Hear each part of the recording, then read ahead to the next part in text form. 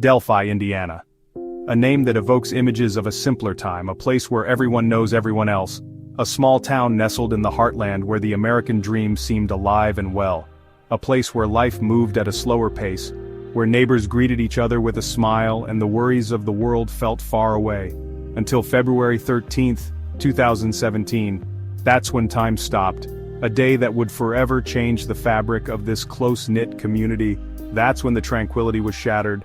The peace that had defined Delphi was replaced by a sense of dread and disbelief. Two young lives full of promise were brutally cut short. Abigail Williams and Liberty German, known affectionately as Abby and Libby, were taken from this world far too soon. Abigail Williams and Liberty German vanished while hiking on a sunny afternoon. What began as a carefree day in nature turned into a nightmare.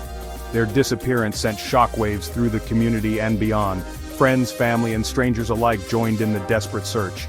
The nation watched, hearts heavy, as the search for Abby and Libby unfolded. News outlets covered the story extensively, and people across the country hoped for a miracle. Hope turned to despair when their bodies were found. The discovery was a devastating blow, not just to their families, but to everyone who had held out hope for their safe return. Delphi was no longer a picture of small-town America. The innocence that once defined it was replaced by a haunting sense of loss. It became a grim reminder of the darkness that can lurk even in the most unexpected places.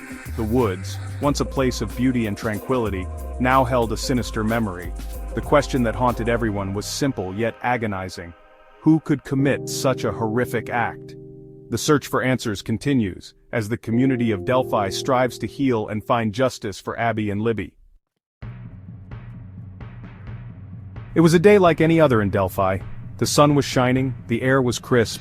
The small town was alive with the usual hum of daily life, unaware of the dark turn the day would soon take.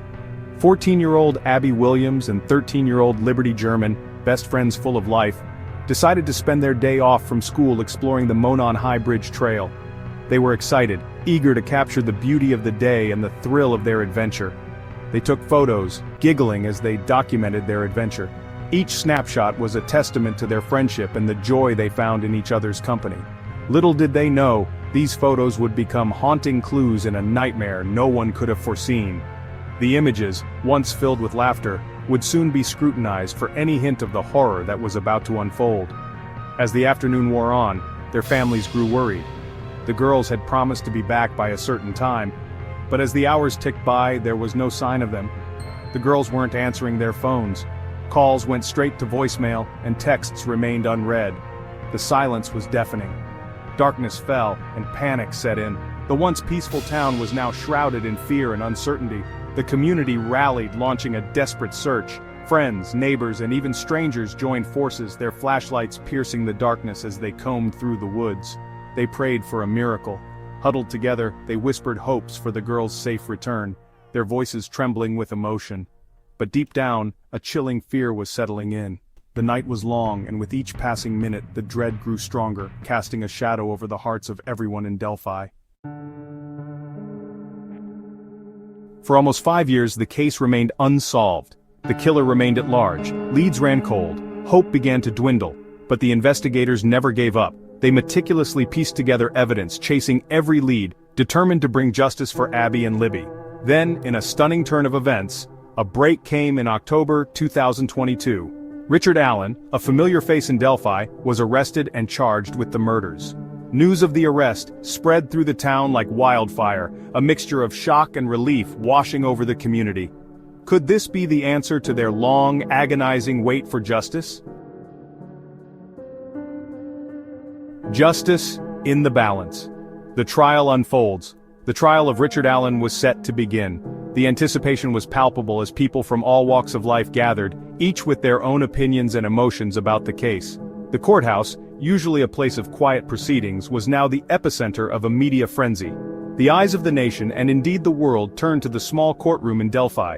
News channels broadcasted live updates, and social media buzzed with theories and speculations. It seemed everyone had a stake in the outcome. The prosecution meticulously laid out their case, presenting evidence linking Allen to the crime scene.